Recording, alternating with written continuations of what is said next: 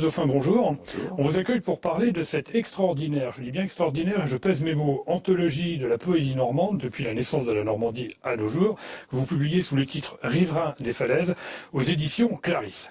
Alors, je dis extraordinaire parce que d'abord, c'est la première fois qu'un ouvrage aussi exhaustif existe et deuxièmement, on peut même, en comparant les autres régions, se dire que il y a qu'ici que ça existe. Alors pourquoi ce travail gigantesque et comment avez-vous fait ?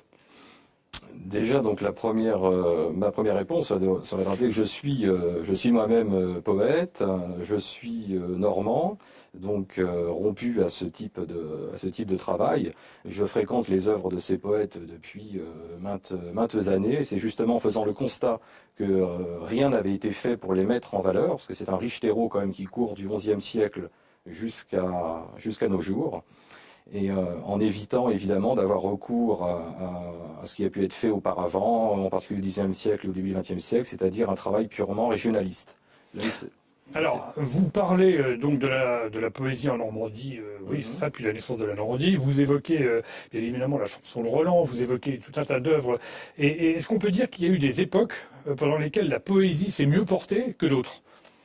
La poésie, c'est à la fois l'art le plus ancien et le plus neuf, si on peut dire, puisque c'est avec la poésie que naît la langue française. Donc là, vous évoquiez la chanson de Roland, qui est due à Turold, donc un des premiers poètes normands. Et avec Turold, on peut considérer que Turold marque la fondation de la poésie normande, mais également de la poésie française, et également de la langue française, puisque c'est notamment en anglo-normand qu'ont été écrits les premières œuvres poétiques, y compris françaises.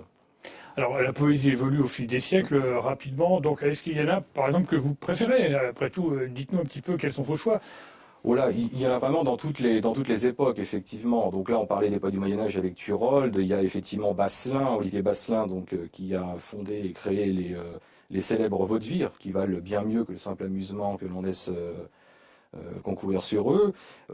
Ensuite, vous avez le XVIe siècle avec les poètes, les grands satiriques normands. C'est un des fondements de la Normandie, du poète normand. Donc la satire, vous avez au XVIIe siècle Saint-Amand avec les poètes baroques, vous avez les poètes précieux, les libertins. Voilà, une petite baisse de régime au XVIIIe, et puis ça repart après. Voilà, au XVIIIe, au XVIIIe, ça, on n'y coupe pas en Normandie comme au niveau de la poésie française. Et après, le XIXe, effectivement, que ce soit au niveau de la prose et de la poésie, là c'est un âge d'or. Là, on peut parler d'un âge d'or qu'on va retrouver, qui va se poursuivre après au XXe siècle.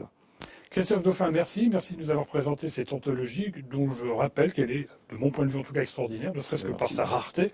Riverains des Falaises, publié aux éditions Clarisse. On ne voulait pas faire la voix d'histoire d'amour. Au centre du soleil, on ne faisait pas de politique. Tu peux comprendre ça, Olivia, tu peux comprendre.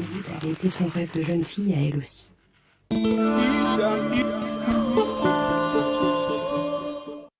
La recherche Clarins utilise le pouvoir revitalisant des plantes pionnières pour corriger les rides.